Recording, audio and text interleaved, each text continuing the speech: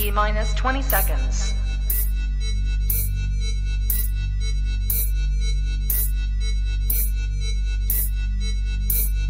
10, 9, 8, 7, 6, 5, 4, 3, 2, 1, 0.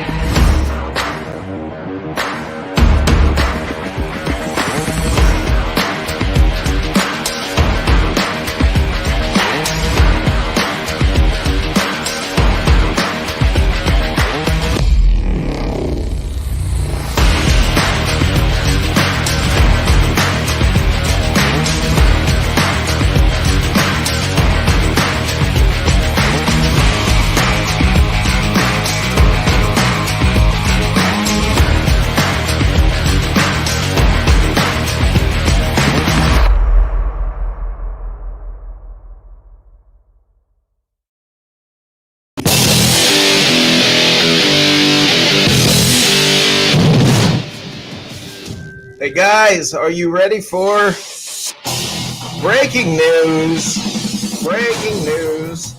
The fun's beginning once again. Phase 2 of free agency, I guess, is off to a fun little start, and the Buccaneers are up to their usual antics. They have restructured tackle Donovan Smith's contract, giving them the space to go ahead and sign Ndamukong Suh. So, guys, Ndamukong Suh is coming back. There's probably, you never know, guys. Any moment we could have more breaking news coming down the pipe. Who knows? I mean, these things tend to come in bunches, but you know, who knows? It's hard to tell. But we've got a cast of characters coming as usual, and let me start things off with, as we usually do here on Live from the Cheap Seats, special edition, breaking news edition. Let's start off with The Thing Is.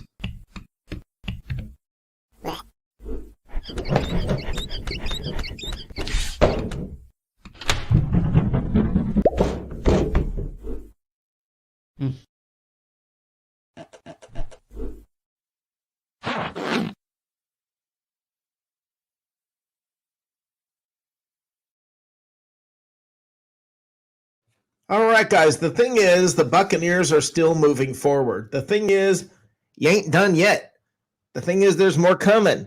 While there was sort of a little bit of a calm period there, while everything had sort of calmed down for a little while, and everybody in the chat rooms and all over the place seems like they were getting a little bit worked up. People were getting a little bit excited. People were starting to wonder what's going on.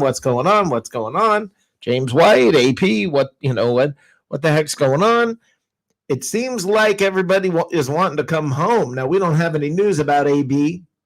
We don't have any news about Leonard Fournette right now. But we do have some news that I think is at least applicable. We have James White is re-signing with the Patriots. There's a signal there if you if you want to read the smoke signals, the tea leaves, whatever, if you want to read into that. I mean, you can't read into it, but you can kind of read into it if that makes any sense. You can at least look at it and say, well, okay, so the Bucs are not getting James White. That's not, James White waited around. He's made this decision. You can look at it and speculate a little bit and say, I wonder why James White did that. It seems like maybe the Buccaneers are sticking with their with maybe the band's coming back together, just like Tom Brady said. I know this. I'm not an expert when it comes to any of this. I'm just here having fun with you guys. And, I've spent some time on the sidelines. I've spent my time in the locker rooms. I've done all of that. But the experts, the guys who really know what they're doing, are the guys I get my information from here at Bucs Report, and I think they're absolutely brilliant. We got a couple of them coming by here today. We have Joshua Cole-Allen, who will be coming by here as soon as he is ready, and we will have Peter Blake coming by also. Actually, Joshua is ready now. So let's bring Mr. Joshua Cole-Allen, Mr. Breaking News, Mr. Bucs Report insider, Mr. Holy cow, man, you did it again. Last night on my show, you said, hey, man, keep an eye on Donovan Smith's contract. That could be happening at any time. And boom, what happens today? So once again, Joshua, you get it right. Once again, you did it. Talk to his brother. You're dead on money. Let me tell you, it's pretty exciting. I'm like, okay, good. Joshua's coming on now. I get to find out what's actually happening with the Bucs. How you doing, brother? I'm doing great. How you doing? Doing great. Oh, I mean, bevy of moves this morning. Before most people pour their cup of coffee, they're already waking up to news, and then it was consecutive right after another. I mean, we hear about Donovan Smith re-signing, we get the details, and then soon after we get the final details on that deal, boom, Sue's back in the building. Which is a little odd. We spoke about this the previous night in the cheap seats and last night. Sue's one to kind of wait, but with twins on the way, you think that once they open up that space, he wants to get something done so he can focus, clearly on, getting right for the season and being right mentally for his wife and the kids that are coming on the way. Because twins, whew, I couldn't imagine that. But congratulations to him and his family, because that's an amazing blessing. Children, they're great. They're an experience. So. But yeah, Donovan Smith, let's get into it. He had 1 year left on his deal. That was for $14.2 million. No guaranteed money. That was eat up the first 2 years of the 3-year extension that he signed. He signs on. I had him pegged at 2 years, $32 million extension. What did he come at? 2 years, 31.8. So I was kind of right on the money there. Way more guaranteed money than I thought. I had him at, I think, 22 in my recent article. He came in at $30 million guaranteed. That he'll receive over these first 2 years, this year and next year. So his third year, I'm not sure what the guarantees look like on that, but that $30 million of it will come guaranteed with those 2 years. So pretty much the entire contract is guaranteed. Right. What he did was pretty much, it's a 3-year deal, including this year, added 2 more years on. There's also those lovely void years that they love to use. So there's 2 void years on top of that, which will allow them to spread the contract out throughout the signing bonus. So pretty much convert that entire $14.2 million salary that he was making this year into a bonus, stretch that out over the next 5 years of the deal.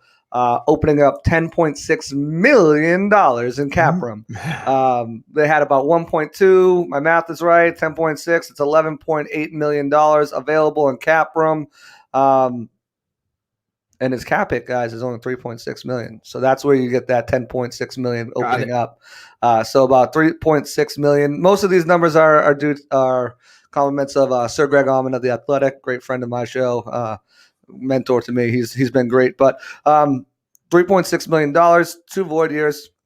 The number here for Donovan Smith, he will make an unprecedented $57 million guaranteed over the 4 years of his contract, the last consecutive 4 years, starting when he signed the extension, going through until next year after that $30 million's up. $57 million for an offensive lineman over 4 years. Unprecedented, guaranteed money for a guy like him. Now the question here is, what Donovan Smith are we getting? Are we getting playoff Donovan Smith?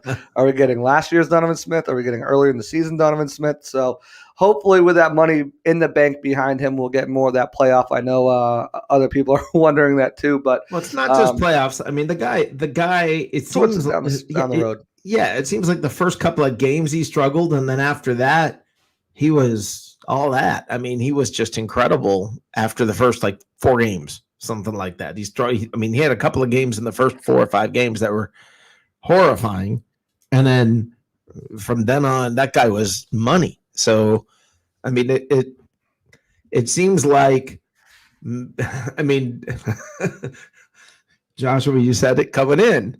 Tom Brady seems to be able to know how to get the most out of players and get them motivated and get them to perform at a high level. And it just seems like he's yet another example of that happening.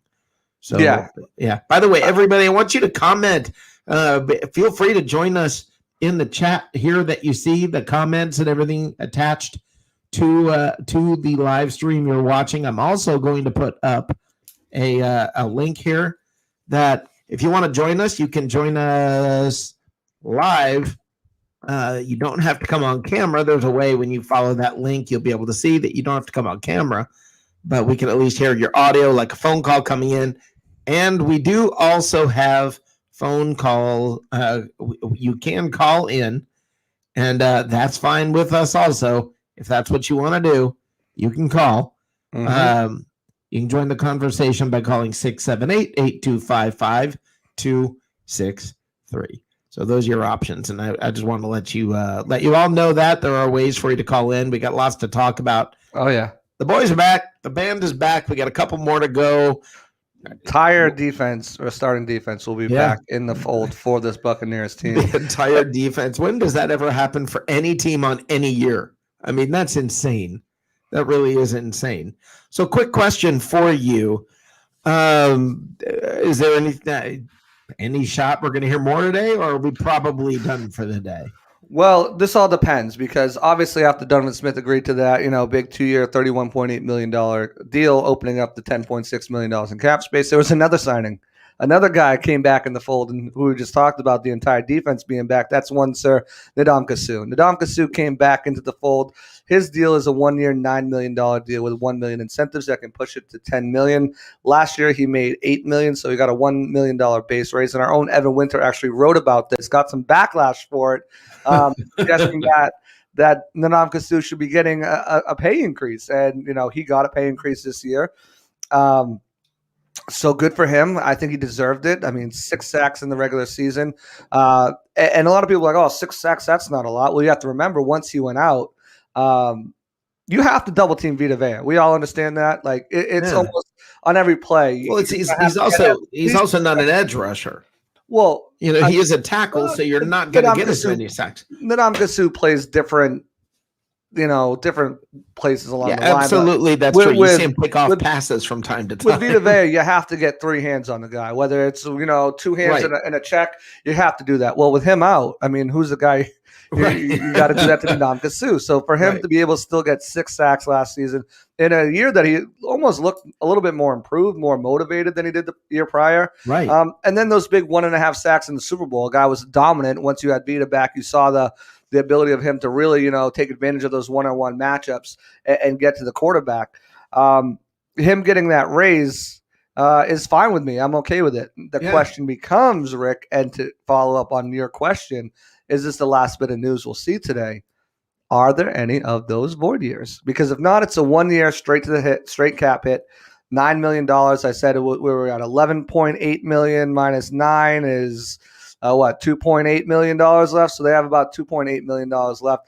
That's probably going to cover the draft. But you got to remember, we have guys left to sign besides AB, besides Leonard Fournette.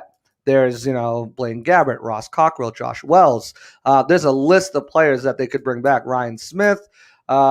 Obviously, Andrew Adams left. Ryan Griffin's another one. Are there those contracts people that you think are going to be restructuring?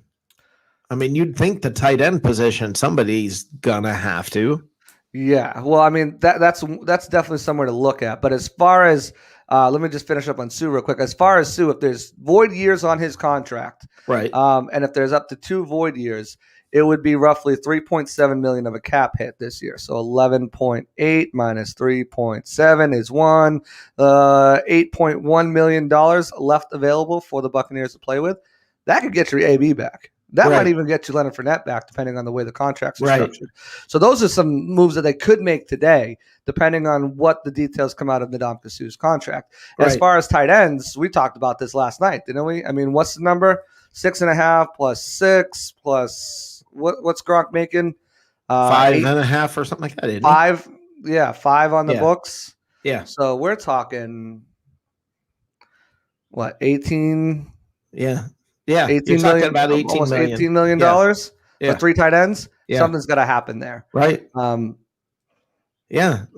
definitely got to happen. Yeah. That just seems like an awful lot. Somebody's going to have to restructure. It's not going to go to Gronk. Gronk's done. I mean, it's not going to him. So we're looking at OJ making his 5th-year option at $6 million and Cam Brate.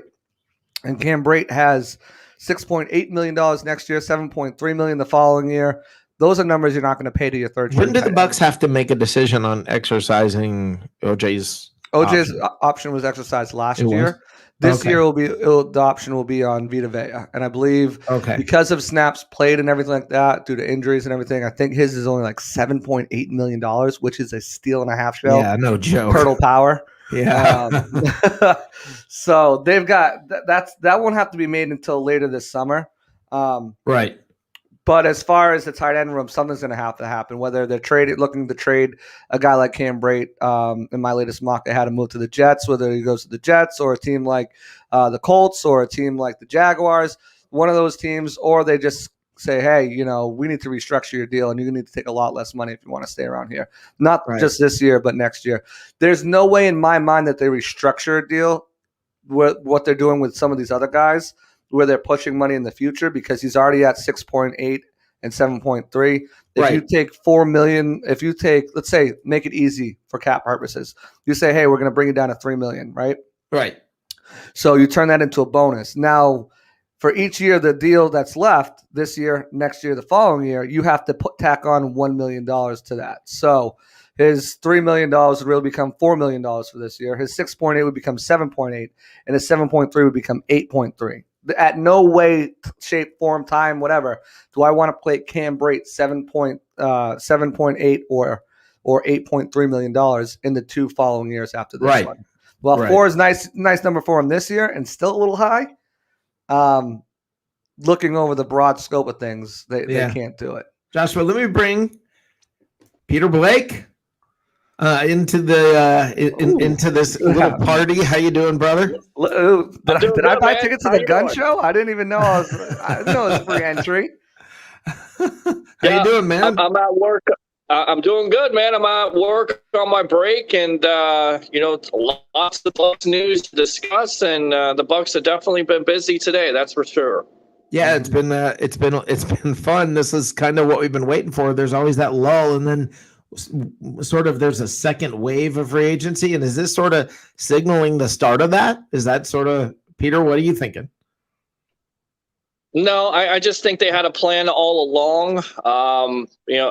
The Bucs as an organization, they knew what they were going to do. They were waiting out the Sue market, in my opinion. As soon as they got that done, or as soon as they got the Donovan Smith deal done, then they knew they could re-sign Sue. And now I would expect not only Sue to be re-signed, which he's already been re-signed, but also Leonard Fournette, simply because of what Mike Giardi of the NFL Network has reported. James White is going to be re-signing with the New England Patriots. And all we heard, boys, was the fact of, Leonard Fournette was looking at the Patriots, looking at other teams. Well, now Seattle's out, New England's out. So you would assume that they would be able to get him back. Of course, this goes back to the comments from Antonio Brown on Instagram, saying in so many words, let's both work it out together. So you would think that they're going to get those guys re-signed. And once again, the Bucs are going to bring back the majority of their players.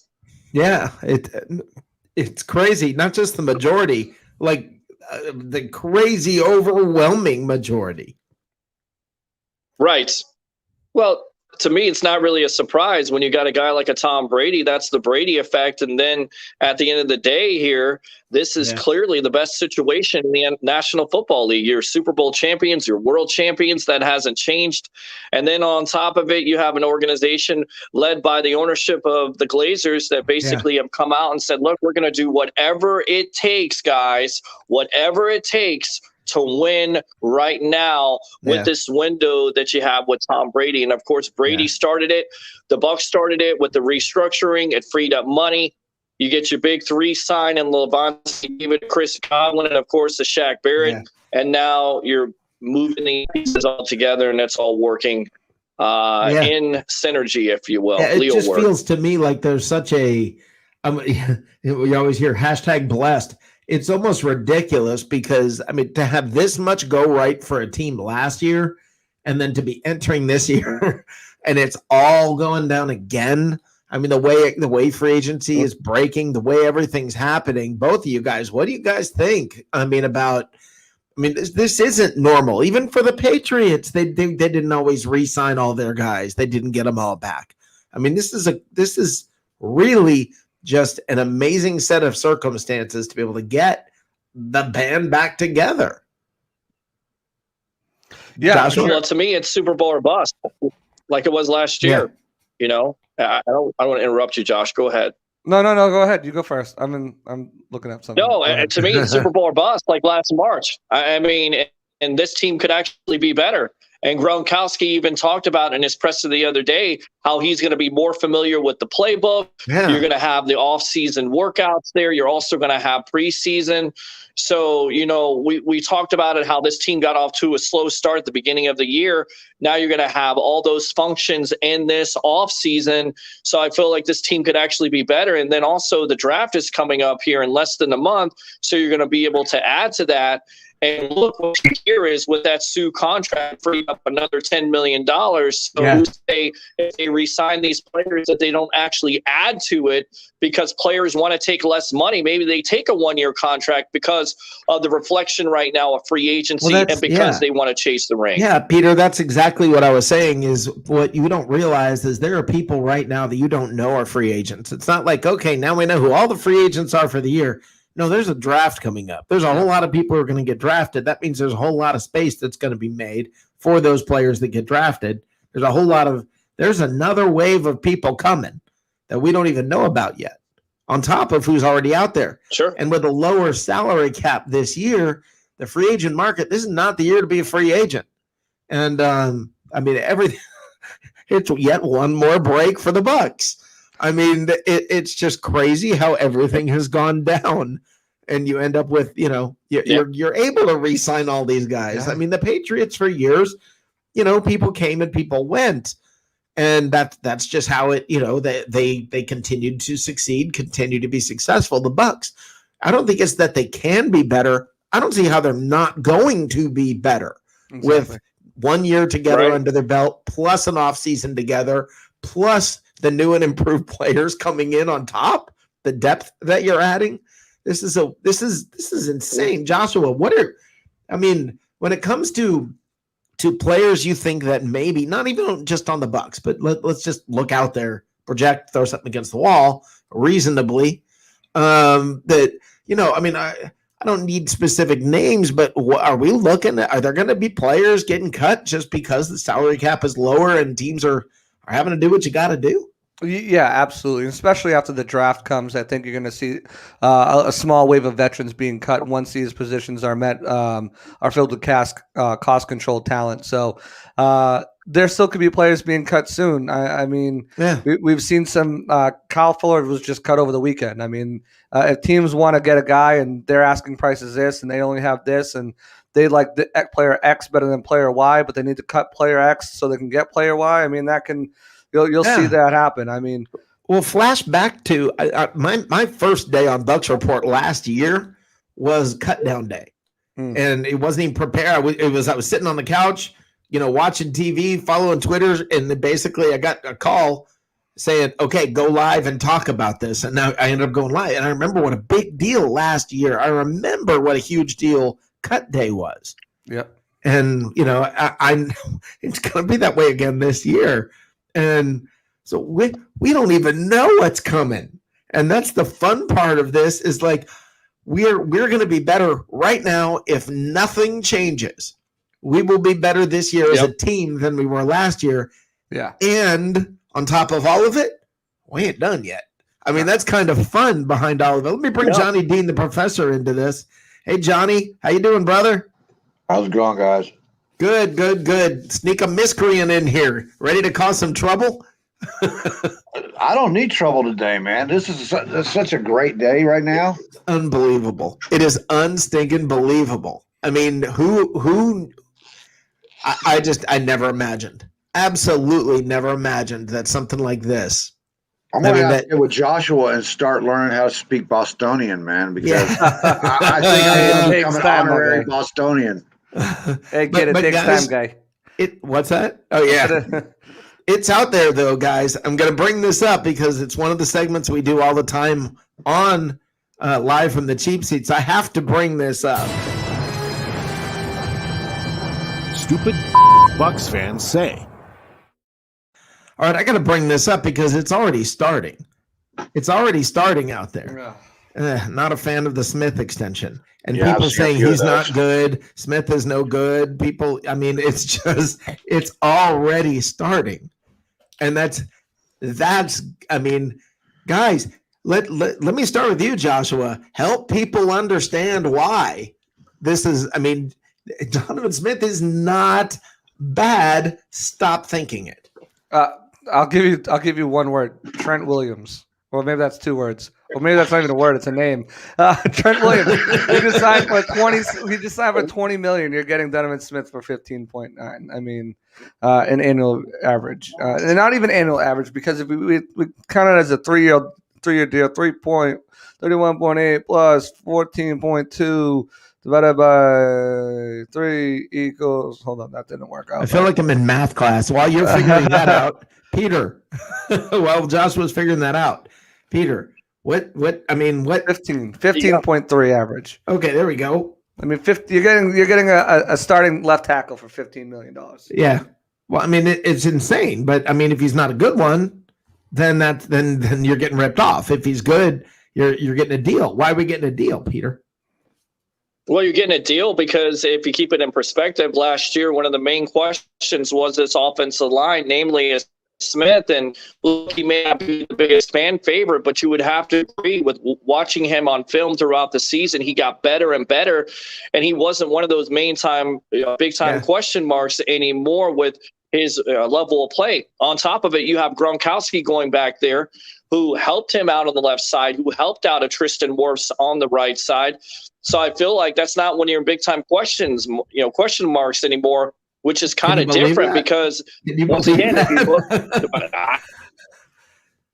I can believe anything, and I'll tell you why. I get it. We keep on going back to it, and we keep on beating this horse until it's dead. It's the Tom Brady effect. He absolutely makes every player around this team better, and Donovan Smith is better for it. And you look at Donovan Smith right now, they got him wrapped up for the next 2 years. I think this offensive line coming back together, sustaining no losses, 3 years, sustaining no losses. The next 2 years, it's going to be about $57 million. But he's worth it the way he played, the level of play of this offensive line overall. And you could see them shutting down teams like the Saints, shutting down teams like the Packers who have pass rushers on the outside, shutting down a team like the Kansas City Chiefs with a Frank Clark and a Chris Jones. You didn't hear anything from them. And that was one of the biggest question marks from last year. Picking up a Tom Brady who's 43 years old, is going to be 44 in August. You have to protect him. You have to keep the pressure off of him. You have to alleviate the injury. And that's exactly what Donovan Smith and the rest of this offensive line did. So Bucs fans should be absolutely thrilled that not only you're going to be able to bring back the majority of the players, but you have the offensive line intact. Consistency is the key, and that's exactly what this Tampa Bay Buccaneer team has done in this offseason and the last 2 off seasons. Yeah, Ronnie Carter. I think Ronnie Card's right when he says Bucs take the South this year. I think it's theirs to take. I mean, it really is theirs to take. I mean, it's theirs to lose. It's basically what it comes down to. I think they are by far the prohibitive favorites going into it. And the funny part of all of it is that the Bucs have and I love flashing this symbol at the camera, second place schedule. Going into this year because it's going to go up to 4th with the addition of the 17th game in the Colts, but still, just second in the division is what I'm saying. They have a second place. Oh yes. They have a second. Well, they did have the second easiest schedule going into the next year. No, not second easiest. I'm saying they have a second place schedule. The Saints are playing against the first place schedule next year because the Saints won the division, and that's how the schedules are decided. But they did have the second easiest schedule going into next year. That's insane. But because they're playing the Colts now, it bumps up to the fourth easiest schedule. Based on strength of schedule of this past season. A long time, guys. It's every year the NFL odds makers have been just beating the tar out of the Buccaneers year after year after year. Everything we talk about, it's like, oh, by the way, here's another break for the Bucs. Oh, by the way, here's another break for the Bucs. And this another break new. for the Bucs. This Alex Anzalone. Well, another break for the Bucs. Alex Anzalone just signed with the Lions, so they are down 2 starting linebackers with Quan Alexander and Alex Anzalone for the Saints. So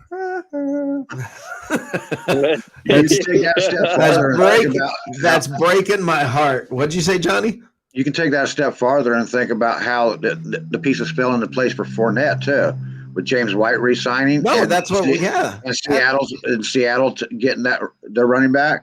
Yes, that just. It's like Brady magic all over the place, man. There's no doubt in my mind that when you look at what's happened with the Bucs, listen, man, there've been so many bad breaks over the years. Freaking MRSA, there's one thing after another, another. Yeah, coaches backing out after agreeing to be the head coach and then backing out at the last minute. Offensive coordinators having heart issues after, they signed with the team 2 weeks later, have heart issues, and then you're just grabbing somebody from Publix, the bag boy from Publix to be your offensive coordinator. I mean, you're sent scrambling. This is what the Buccaneers have faced year after year after year. And if you've been a Buccaneers fan for any length of time, like Johnny, Peter, you, me, we've watched the horror year after year after year of things that are they're almost unexplainable and out of your control. And what's funny is now all of those things that are happening that are not explainable and are out of our control are going perfectly. It's bizarre. Yeah. Mm-hmm. It's bizarre. Well, I have to say, Peter, your Super Bowl or bust this year is quite literal. Yeah. Yeah. Now Johnny's on board. You, man. Now Johnny's on board. I think we all have to be on board at this point, guys, because it's preparation by this organization. It starts from the top down, right? A bad organization, bad ownership. The Glazers have done everything they need to do to bring every player back because they put out the finances. Mike Greenberg and Jason Light, they said, we got a plan. We're going to restructure this. We're going to do this. It's all going to work out. And then you got players like a Tom Brady who unselfishly did a restructure. You have Levante David who took less money on the cap this year. You have players that are buying into it, and it's all coming together right before our eyes. And what a difference a year makes, guys. I mean, really, there was a lot of questions. No. Well, to be fair, too, these as Bruce Arians said, these players aren't taking any less. They're just getting the money up front, and the Bucs are kicking it down to the point where between Brady, David, Barrett, Gronk, and Smith, and we'll wait to see if Sue has any void years. They've added $77 million in void years. But think about the jerseys that they made. Think about the jersey sales before Brady even signed. Okay, before Brady even signed, they came out with new uniforms, and Buccaneer jersey sales and Buccaneer merchandise and everything exploded because they announced the big news for the year: we're going to have new uniforms. Okay, and then by the way, Tom Brady signed. You got to remember, a lot of people took their money too for their tickets, and they pushed it out to next year. So they had that money basically in escrow to use. But like I was saying, Brady, David, Barrett, Gronk, Smith, and we'll find out on Sue. They paid out $77 million in bonuses this year, 24 of which will go towards the cap this year. 53 the next following 2 years. But when you start to think, okay, wow, they're putting all this money in, and then you realize the team's worth $2.5 billion. They just signed a new television contract, okay, which is worth, a gazillion bucks in and of itself, and that's only going to go up. I mean, what I promise you, during the course of that television contract, it's going to morph and move and change and become different and evolve. I mean, that's what's going to happen. It happened this time when they started this TV contract. There was nothing on Amazon.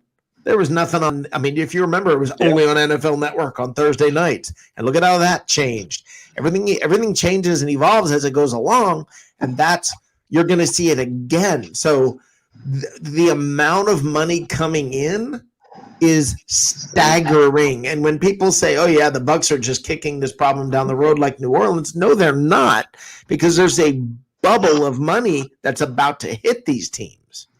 And so they're not putting themselves in a bad position. I mean, again, I appreciate that. I appreciate the time here, guys. I got to run. Okay. But tune into the over-under tonight with my professional handicapper, Mr. Harry the Greek, of course. Tampa Bay, Ray Kennedy, best of the Bay, starting at 9 o'clock live here on Bucs Report. I'm your host, Peter Blake. Do three things for me before I get out of here. You ready? The Bucs are still Super Bowl champions and world champions. Bring your passion. Bring your excitement. Just don't bring any nonsense. I'll see you later, guys. Keep on killing it. Have a good one. All right, awesome. So, yeah, to me, guys, as I watch, it's funny. how everything they're kicking, what they're doing is they're kicking these salaries right into the bubble of money, so they'll be able to weather that storm. Not only that, you got 2 drafts with these players still attached to the team, and, right, and to bolster everything that's going to be lost. Mm-hmm. So, and that's going to be bolstered through the draft. What's going to hurt is everybody's attachment to the team now. Yeah. And when those rookie contracts that they're on now come up, there's going to be some money spent there also. Well, I made the comment, Johnny, last night on the show. I think you were still there. The bottom line is this. This is what I find funny is that while, I mean, there are teams, and every Buccaneers fan, there's somewhat we need to prepare ourselves because, listen, guys. Exactly. When there are so many good players and you're adding brand new rookies that they're going to come into practice and the coaches are going to say, wow, well, this guy's good. Names we're used to are going to start getting cut. Yeah, those guys are going to start making big money, and there's no way to keep them all on the team, man. Yeah, but even it's not just that. It's just when you keep adding depth and you keep adding depth, eventually a new guy, they're going to look at it and go, you know, they're basically the same quality, and this guy's on a rookie contract, and this guy's on a, you know, I mean, that's what I'm saying. Yeah, at some point, it's not just we're just cutting him because of money. At some point, you've got the depth to do it, and that's what I think is fans need to prepare themselves. And when I close this thing out in a little while here, I've got something on my heart. I'm going to lay it all out there. It's sort of we were joking, calling them Rick's rants before, and I want to talk to the fans about this, and so hang around, guys. But I got something to sort of really discuss regarding all of this, regarding the fact that we've been spoiled over the last 12 months, you know, as fans, while the world has gone to chaos. What stability, strength, talent, everything perfect about the Bucs has taken place. Well, I'm not putting that second trophy on the shelf just yet because you still have to play the games. If anything can happen, look what happened to San Francisco. Well, that's part of what I want to talk about. And like when you were saying Super Bowl or bust, that's what I'm saying. The team is actually all in for a Super Bowl or bust right now. Yes, I'm with you. The team's all in for the Super Bowl. I hate the phrase Super Bowl or bust, but I get the sentiment. I understand the sentiment. It's the phrase that I get tripped up on. But the point is there. The Super Bowl is the goal, period. And that is the goal. But I think we've got to, you know, keep our heads together and understand this. And the problem is what we're doing is we're setting up everybody. You know, I don't want to set people up, and then if you don't win the Super Bowl, but doggone it, you lose the Super Bowl, or you know, some team on a hot streak, everything's clicking, you struggle in the NFC Championship game next year, right? Everybody flips out, right? And it's like, yeah, and I'll talk about this in my little rant at the end of this, but the bottom line is, guys, we got so much to be happy about. Listen, man, look what just happened. The breaking news of the day is this. All right, there's our breaking news sound. Listen, Donovan Smith, and he's good whether you want to admit it or not. Okay, I understand the criticism. He earned all of that criticism, but he's also earned the fact that, okay, this guy stepped up. This guy didn't just play good. This guy played freaking phenomenal. Wasn't Chase Young wasn't he the one? Yes. Yeah.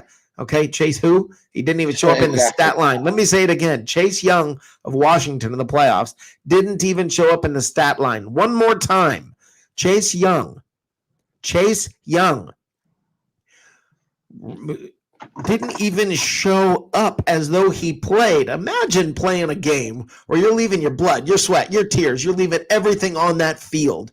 You're beat, you got the crap beat out of you for 60 minutes and you're out there playing hard. You lose the game and you don't even show up on the stat line. The only stat line he was on was minutes played. That's it. And that's because of Donovan Smith. Chase Young didn't even show up on the stat line. That means no tackles. That means no pressures. That means no sacks. That means nothing. Zilch. Nada. He had nothing because of Donovan Smith. So when you get upset about Donovan Smith and when you start saying, oh, no, I don't like this re-signing. Oh, no, we re-signed the bum. No, we did not. We re-signed one heck of an offensive lineman. All right. And he proved it wrong. He proved me wrong. He proved you wrong out there. He proved some of us wrong. The bottom line is the Bucs are back. The band is coming back together. The entire defense is back together. Hallelujah. This is going to be fun. Next question. Who signs next? AB or Fournette? I think Fournette. You think AB will be the last man out? Yeah, I think Fournette's going to be. AB's going to be last, and I don't think there's any particular reason. Don't read into it. There's no tea leaves there. Oh, I'm not reading into anything. Not you. I'm saying to people in general. It's a matter of somebody's going to read into that. They barely re-signed AB. Somebody's going to say that just because he was the last of the group. That's how it's going to work. But people like to read into all kinds of things. And AB, in the meantime, maybe just the excitement from this day stems from the fact that we've all been just waiting to see what happens. This was the last guy. This was the last one that really mattered to me. This was the one. The defense is intact. Yeah. You just look at that lineup of defensive players we have now. Including the rookies. Come on. And we're adding new ones, Yes. We're adding new ones. So I look at this and I just am like, oh my God, this is no joke, man. No joke. This is the real freaking deal. We're looking at something special. Who is the last team? And I'm not talking just the Bucs. I'm talking any team ever since free agency has started, ever, that you saw everybody come back, especially a Super Bowl team. Especially a Super Bowl team. It doesn't happen. You don't get your players back after you win a Super Bowl. It does not happen, folks. Realize this is when the team wins the Super Bowl, it's time for the players to cash in. And I believe that the 85 Bears may have had at least 75% of their team come back. Yeah, 75%. That's awesome. 100% of the defense is back. Think about that. I said team. I didn't say defense. I think all their defense came back. No, did they? Did they all? Yeah. Was that before free agency? They lost a couple of well, free agency wasn't that big a deal back then either. Right, that's what I'm saying. Yeah. That's what I'm saying. All right, hold on. We got Joshua back. Hey, brother. Hey, Joshua. I hear his mic. He's not hearing us. Nope, he's not hearing us. I'll put him back in the lobby and he can he'll get there. He'll get clicking away. That's that was again. It was like last night where it's like you're talking to the guy in Baghdad and you have to wait 10 seconds and then yeah. I know Twitter's been blowing up today, man.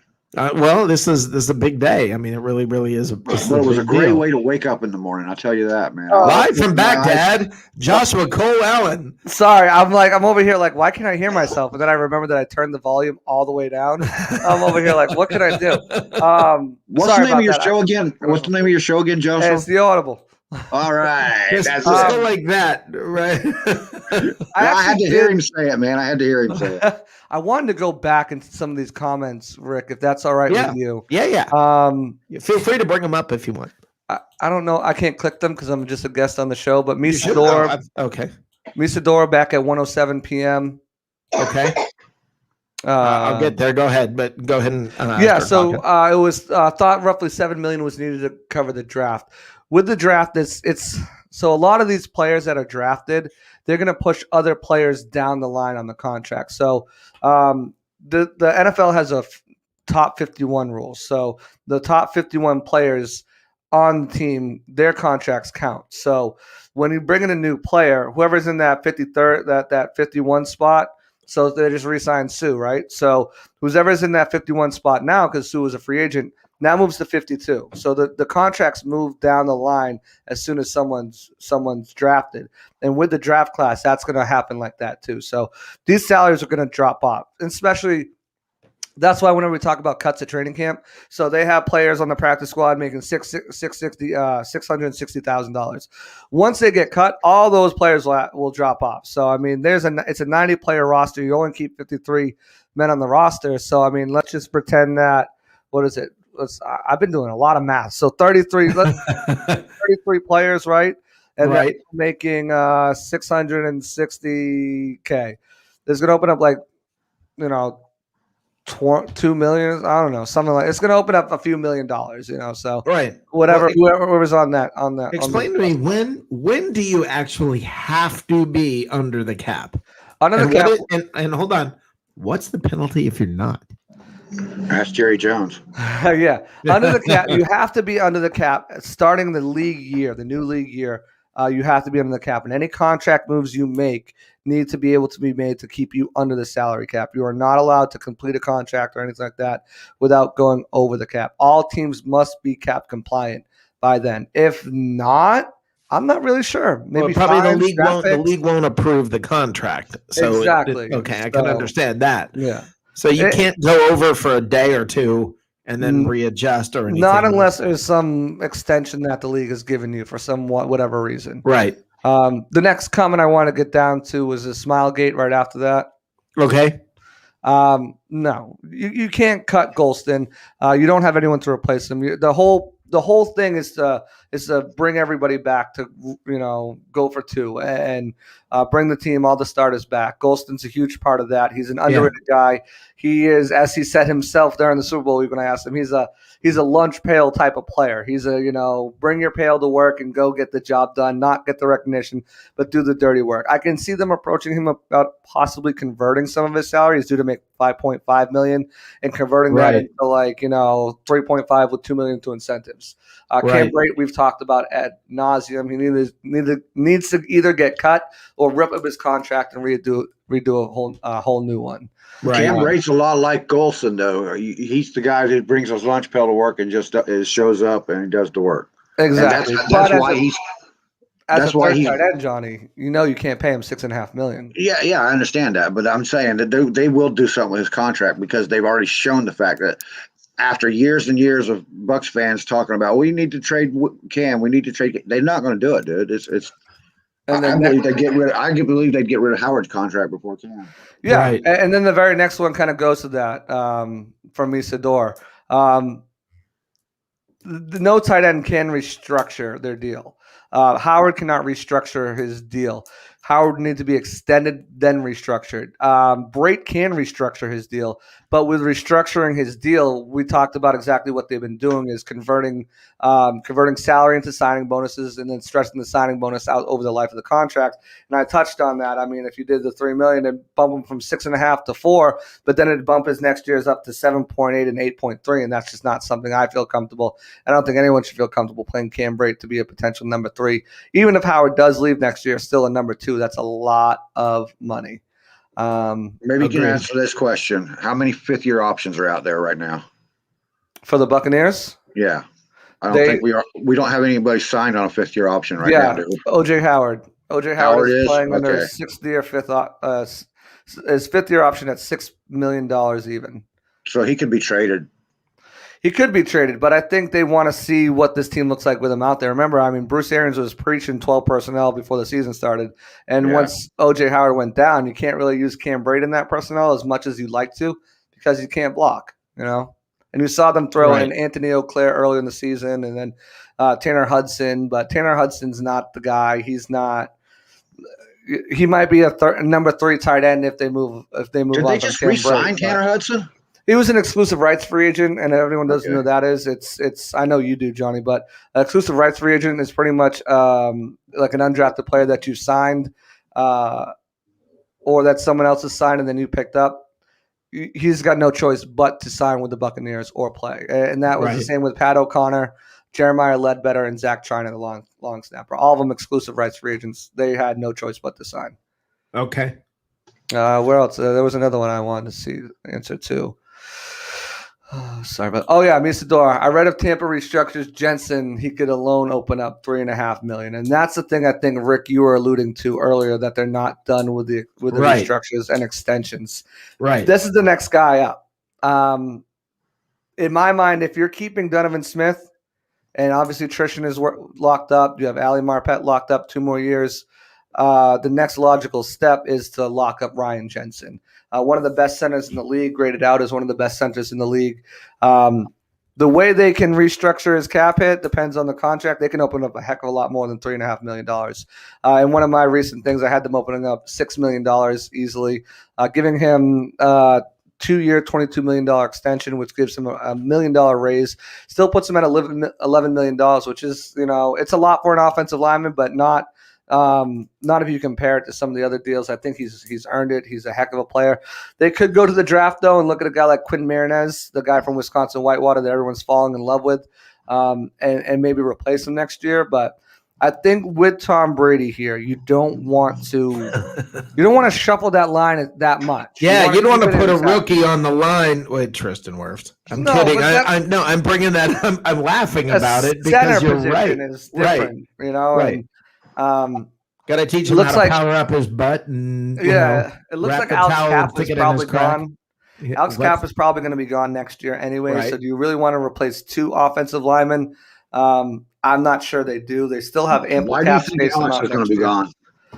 It depends on what he's going to ask for a contract. He's going into free agency, and a lot of people are like, oh, why haven't they extended him? Why haven't they restructured him or anything like that? He's only making like $2.7 million, so you're not going to touch that contract if you don't have to. If you're going to if you re-sign Alex Cappa now, he's going to be a lot more than that against the cap and a lot more dollars. So but that's he is a free agent this year. Yeah, we have him, Whitehead, Carlton Davis, and Ryan Jensen if he's not restructured, along with Golston, Rojo, OJ Howard. There's a long list of free agents next year. No, next year. You're talking next year. Next year, yeah. Next year, yeah. This year. No. Kappa's coming back. He's coming back right, last year. Okay, see that's. I think Johnny and I got confused. I thought you were saying he's. Well, I'm just saying he's going to be a free agent. So if you don't re-sign Jensen, now you're replacing 2 players on your offensive line instead of 1. But I think Jensen will get locked up long term. He likes it here. They like him a lot. He's improved steadily. You saw his penalties go way down, and he's the type of guy who I love watching film of him, and Johnny can attest to this too, I'm sure, watching him go back to the huddle and just bump into any defensive player he can on the way just to start a little bit. I think that me and John talked about that before. But obviously there's other guys too in the restructure category. I know everyone's talked about Mike Evans because he came out publicly and said it. Ali Marpet, you got to thank him already because if he didn't restructure midseason, Antonio Brown's not here, and he filled in admirably for some of those injuries, and was just a great part of that team as well. So, there's definitely ways to make more cap room, and like I said, they're going to need it.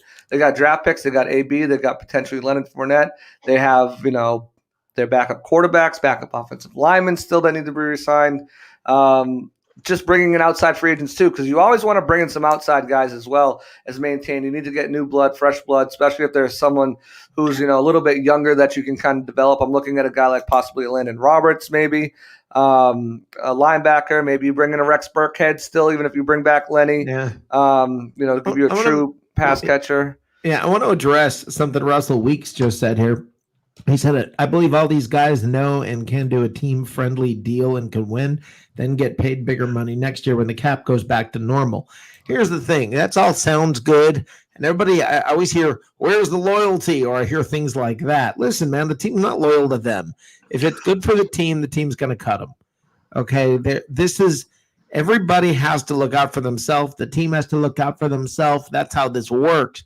You don't sign a team-friendly deal because you want to win again. When you won a Super Bowl, that's when you generally cash in.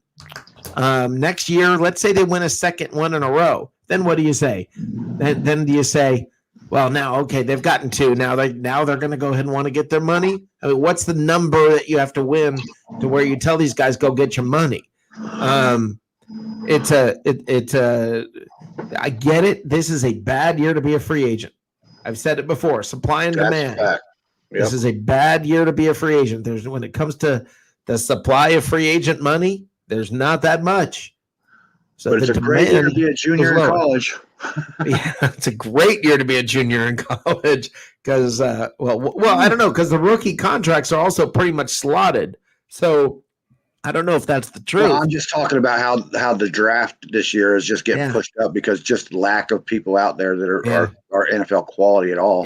It's a last. Yeah, Here's the thing. it's not a This good year, draft. next year is the year to be a free agent. You want this to be your contract year. If this is your contract year, you just hit the jackpot. If And to make, I mean, if you look at the contracts, I mean, Gronk was always going to sign a 1-year deal, and he's going to take a year at a time. I think Sue is kind of in that same boat where there was talk that he might retire, and he came out and took a couple of weeks and said, "Hey, I definitely want to play again. I'm not going to retire." AB is a different scenario there if we're talking about him, and maybe Leonard Fournette. The money might be bigger for both of those guys next year, especially if they can continue to reform their image. That Leonard Fournette's a team guy. AB can stay out of trouble. Everybody else they've signed has been on longer-term deals. There's really no one that's been on a one-term deal, unless you count Godwin on that franchise tag, that we didn't expect to be a 1-year deal. Unless there's free agents, maybe. When this show came on, I was in the process of writing an article about 1-year deals around the league, and is it going to become a trend? I don't know that that's the case because people are going to want their guaranteed money, and next year you'll be able to get it. I just think people are setting themselves up for next year when all the money is available. Well, yeah, that's what's happening. Well, and Johnny alluded to it too, that we'll probably see a lot more signings, after the draft. And Rick, you alluded to the fact that we'll see veteran players cut after the draft. Those guys are gonna come on, and those are the guys. So I don't know if Russell was referring to players outside of our team that we cover here with the Buccaneers, but around the league, you're going to see an influx of players sign those 1-year deals, not team friendly, but shorter money deals, just so they can get back out of the market next year. I don't think that happens necessarily with any of these Bucs guys. Well, I besides agree with AB you. and Fournette. I mean, well, here's where I think it comes in. Here's where I think it plays in, is I think you're right. It doesn't, that in and of itself, follow along with me here, guys. I don't think that in and of itself impacts the Bucs in a big way. But I think other teams are going to be cutting players, and they're going to be releasing some very good players who are then going to say, well, if I'm going to sign 1 year, let's go get a ring. And that's where you're going to have players that are really good that are all of a sudden going to be knocking on the door at $1 saying, hey, guys, I'm here. Well, you're going to be able to, and you're going to be able to sign. Hold on, Johnny. You're going to be able to bring those guys in. And that's when people, maybe people we're kind of used to who are making a lot more money, maybe guys we're used to and guys we've grown comfortable with, names we've sort of grown an attachment to, when those guys might start going away. And that's something we got to get, we have to understand may happen, especially with the massive influx, I think, massive is relative, big influx of people, of valuable, still talented players around the league that are going to get released. Well, there's multiple players that have been coming out saying that they think that they're just going to sign 1-year deals from now on because they like that. They like to have the freedom to test the team, basically, see if the team is what they want, where their fit is. And first guy that gets his knee blown out and his career ended, that changes. Yeah, well, they don't look that far forward. It's football, man. No, they will. Their agents do, and they hear that. You hear all the time. Guys want more guaranteed money. They want more years. They want They want that. Somebody's gonna pay the price dearly, and that whole trend will change. The agents will be saying, "Hey, you see what happened to this guy?" I mean, that'll change. You guys understand too, those 1-year deals also benefit the teams themselves. So that it might become a trend just because it's so beneficial to a team. Yeah, I don't think that's a long-term trend. I think in the long term, you're going to see it swing more like basketball has and baseball has, because listen, and it's my opinion that the president of the Players Association is awful. I think he's done a terrible job for the players, but good for the league, good for you and me as a fan. Hooray. It's made it more fun. but that guy's not going to be around forever. And Yeah. I don't think the next guy coming in after what's his name, Demarius Smith. I don't think the next guy coming in is going to be maybe quite as cooperative and friendly and nice. I don't think this is going to be a trend among younger players, not the people coming off their first rookie contract. No, I don't believe that. What I'm saying is the older, like on their second contracts or third contracts, these guys, depending on how long their first contract was. Like I said, till somebody gets a knee blown out. What were you saying, Joshua? Just to the point, and then I have to dip out of here, but just to the point where you made, where guys might be knocking on the door and saying, I'll come play. You also have to think they are bringing back their entire defense, and if they bring back Leonard Fournette and AB, their entire offense. So the guys that might come in here on shorter money are very limited to spots, and those spots are backup safety, backup edge rusher, where they could maybe see 30% of the snaps, backup cornerback, and defensive tackle. And that's not including what they could potentially do in the draft. Unless they cut somebody and someone else picks them up. Exactly. Unless it's a Will Golston and they're like, okay, we're going to let Will Golston go and bring up, somebody from some other team that got released. That's what I'm saying. Better, but that's the only way you're going to see. But I don't think they do that. I think that they stick with their starters in place. And I think the biggest position to watch right now, obviously, is backup running back. They're going to bring a veteran in, even if they bring in Leonard Fournette. I think they still bring one more veteran in and they go into tax. McCoy is gone, correct? McCoy is gone. Right. So you'd have Rojo. Right now you have Rojo and Vaughn as the only guys. You'd have Leonard Fournette. And then you'd have a rookie, and then you'd probably have another veteran. Guys, whoever you realize, pretend for a moment, roll with me for just a minute. The Bucs draft, just for the heck of it, I don't know, Najee Harris, okay? Love it. All right, the Bucs get Najee Harris. What are they? Somebody's gone, guys. No, that just means that he's almost takes a redshirt year because Rojo and Vaughn are both gone next year. So then Rojo and Fournette are both gone next year if they're on one-year deals. I think you would see Rojo gone for a fourth or fifth of it, like a fifth round pick or something like that. That's also a potential possibility. Right. That's what I think you'd see happen. So that's why I'm saying, guys, there are players we may be used to, names we've grown to love, names, whatever, that listen, man, this is the beauty of being this good, and having this kind of depth. I mean, it's going to happen. The team's going to change. The team's going to continue to get better by evolving. I'm going to write an article on that. Yeah, that's Thank you, Rick. Yeah, sure. That's the reality. You know what I'm talking about? I don't know if you know what I'm talking about. Look for it later today. I'm going to write an article on if the Buccaneers bring back Leonard Fournette, draft the first round, second round running back. Hughes. I'll give you credit. I don't need credit for that. I'll give the Chiefs seats credit. Yeah, I don't need that. I'm joking about that. 100%. No, but it was good. It's a good point. If they do, because if you look at these drafts, there's a running back mocked to him in almost the first and second round in almost every draft. But it's not just both that. In mine. I both have Javonte Williams in my first. I have them taking Michael Carter in the second. And now, if you're bringing back Leonard Fournette and you have Vaughn on the roster too, Rojo could catch you a fourth round pick or a fifth round pick or a third round pick next year. And now you're obtaining more assets to help fill up the team. That's what I'm meaning is, guys. That's what I was trying to say. That there are players that we're used to. There are players whose names we know that maybe we've grown to appreciate. That there's no way around it, guys. At some point, somebody's going, and cut day is going to be. I promise you this, guys. I will tell you right now, cut day is going to be nerve-wracking because. Keep in mind, remember what it was like last year when that whole we all started to like certain rookies? And remember Joshua was interviewing certain rookies that were coming on the shows, and it was, we kind of grew attached to certain players. Guys, this one's gonna hurt. This year is going to happen again this year too. Yeah, it's gonna hurt worse this year. And understand, guys, that's part of what's coming, and it's okay. That's a reflection of the fact that this is an amazing freaking football team. So get used to it and get ready for it because we've got so much to be excited about. Every day I'm clicking on Bucs Report, and I'm not doing this. Listen, man, I'm doing this because I'm not the one writing this crap. I mean, Joshua's the brilliant guy in the room here who's getting the stuff done, right?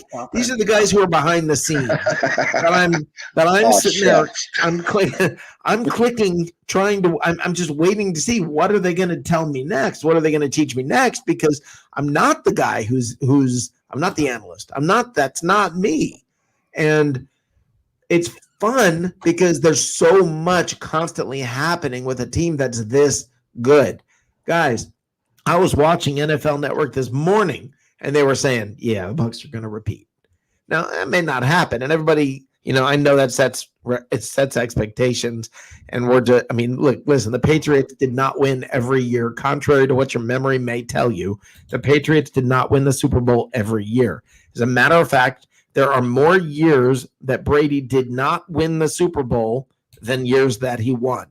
Now, it seems like it's the other way around, but it's a fact that Brady and the New England Patriots lost more years than they won the Super Bowl. Okay, they didn't go or lost in the Super Bowl. I think this was Brady's 20th year. He won his 7th. This was number 7. Okay, so guys, it's numbers. You can have a great year. You can be a great team. You can be freaking phenomenal and get a bad bounce. Things happen, and I'm not trying to curse the team. I'm trying to be realistic and say this is the part that hurts when you're good, is you have to say goodbye to some players that you don't want to say goodbye to. There are things that happen because you're getting even better. And this team has so much in front of them. And that's the fun part of all of this, is there is a core and a nucleus. While we talk about Brady, while we talk about Sue, while we talk about JPP, there is a young core nucleus of this team that's here and in place for years. So get ready for a ride, not just this year, not just next year. We got a ride in front of us. And if you've been through the crap the Bucs fans have been through, guys, hallelujah, this is going to be fun. This is going to be a good time. Johnny, you've experienced the hell. Yeah. Let me ask Joshua something. When you were a Patriots fan, before you came over to the dark side, sir, who was the player that you guys lost that really hurt you the most? There are a couple of them. I mean, do you want to talk about like Mike Vrabel leaving? Vince Wilfork was a big one. Vince Wilfork leaving the Patriots was like, ouch. But there's definitely been a couple of the guys that, you watch them, they build these Super Bowl teams and then, they leave for whatever reason, and it definitely hurts. So you can relate exactly to what Rick was just saying. Oh, absolutely. It's going to happen. I mean, it's just, look at Peter. Peter's going to cry. I'm not. I almost went there. Into what he's going to cry into. I'll say it. You don't have to. When the victim of volume is no longer a Tampa Bay Buccaneer, it's going to hurt Peter. Okay? The victim of volume is going to be the victim of cut day. Well, one of these days. Yeah, by the way, George Calderon, he just said 7-3 in Super Bowl losses to Giants, twice, and Eagles. You're missing my point, George. I'm saying Brady, during that time, during those 7 wins in Super Bowls, there were 13 years he did not win the Super Bowl, or 12 years he did not win the Super Bowl. Crazy. Okay? So, sometimes they didn't even go. Okay? Right. It's not like the Patriots sucked. So I'm just saying it's not a foregone conclusion that the Bucs are going to the Super Bowl. I gotta head out. Okay, but I got pro days to do. I'm gonna interview some of these prospects, find out if they're talking to the Bucs or not. Give you more content. Awesome.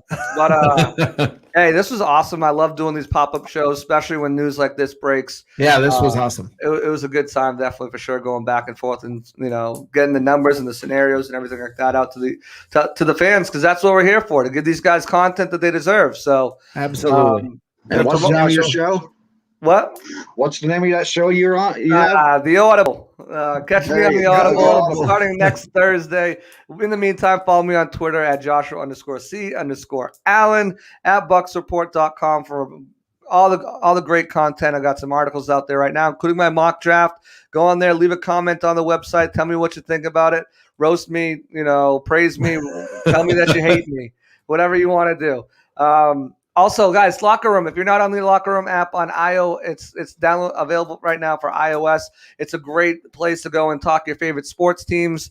You can start a room yourself, or you can join created rooms. You can interact with athletes, media personnel, myself, and a boatload more stuff that's going on there tonight. Around, I want to say 8:30, 9 o'clock, I'll be doing another mock draft.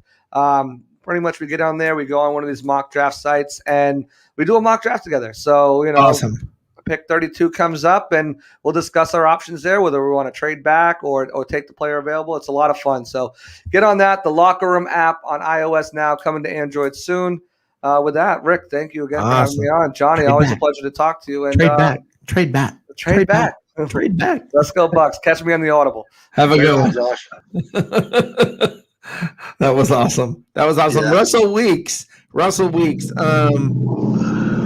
I agree with you. I can't remember or have heard of a team that has done what the Bucs are doing when it comes to keeping a team fully intact, especially a Super Bowl winning team. It's just unheard of.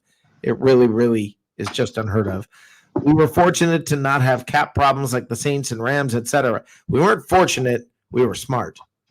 The Bucs didn't trip and end up with in this cap situation. This is how they ran the team versus the way the choices that were made and everything that the Saints and Rams that they did. I can say we were fortunate too, because we were fortunate that we had players willing to work with the team like that, and that's very rare, dude. That is not something you see across the league. No, but again, I think it's a product of the fact that there's the lower salary cap this year and not places for people to go, and that's what I mean by the Bucs catching a break again. Somebody mentioned the Saints did an incredible job getting rid of their $100 million over the cap thing. They didn't do a great job because they got rid of a ton of players. No, I actually disagree, Johnny. I think they did a great job. It could have been a bloodbath, and it was not a bloodbath. They managed. They made decisions that hurt. They're not going to be as good, but they did not. That could have decimated this team, and it did not. They had Drew Brees walk out and not because of the salary. Wait a minute. Drew Brees gave him a friendly little gift on the cap before he left the team. Yes. So that was fortunate for them. Right. That's what they're saying. That's what they're saying. They did a good job with stuff like that. They managed on how they were gonna. He didn't just. By the way, Drew Brees again didn't just give away the money. Drew Brees is getting paid next year. He's just not playing. Yes. That's what I said. He gave him a gift. I didn't say he was taking his money back. Well, right. So I mean, they did a good job, just like the Bucs did with voidable years and blah blah blah. They did a good job working the cap and doing what was necessary to get this stuff done. I'll give the Saints credit. I hate them. I don't like them, but I'll give them credit for a situation that could have they could have been one of the worst teams in the league this year, and everybody would have said, yeah, well, the salary cap thing, they had to start over. They didn't. Okay. Yeah, they have to start over because they're one of the greatest quarterbacks of all time, just retired. Okay. But they're not going to be a pushover, guys. Don't think this division, don't think the Bucs are just going to walk all over the Saints next year. This is not a bad team. I've been preaching to people. It wasn't Drew Brees that made the Saints in the first place. It was that defense of theirs and their offensive line, which is still intact. Agreed. So that's why I say, they did a good job considering the situation they were in. They did a good job. But they did lose a lot. They lost a lot that they had relied on before. But they've drafted well for the last 20 friggin' years too. Yep. So they have depth to fill a lot of the spots. Yep. All right, Johnny, I'm going to close this pop-up show out, and I guess tonight I'm not sure if it's 8:30 or 9 o'clock. I have no idea. I don't know. I think it's 8:30 tonight. Is the over-under with Harry the Greek? I think Peter said 9 o'clock. Okay, 9 o'clock. The over-under with Harry the Greek. And so you guys can check. If there's any more breaking news, we'll pop on and off throughout the day. But I think that's it. You got anything you want to say on the way out the door? Go Bucs. Later on. Later on. All right, guys. So I want to finish this out with one final thing, as we always do on Live from the Cheap Seats. Let's go ahead and close this out with, and then there's this.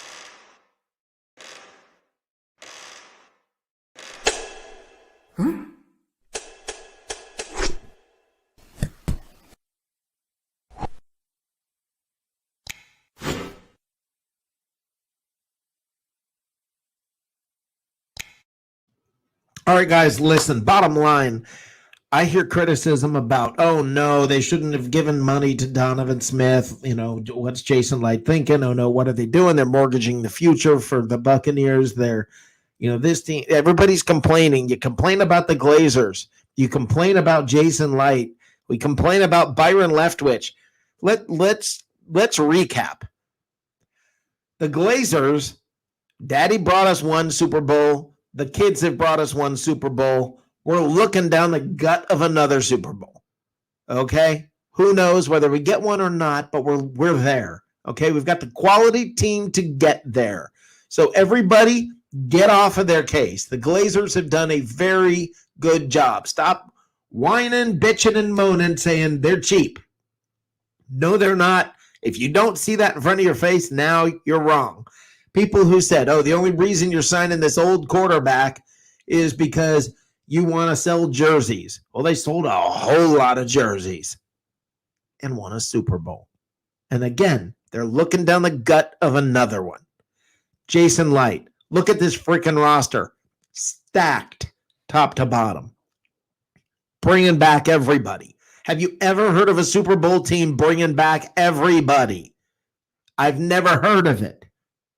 So, guys, get off of Jason Light. Get off of his, get off his back. Stop saying he's made bad decisions. Yeah, he did.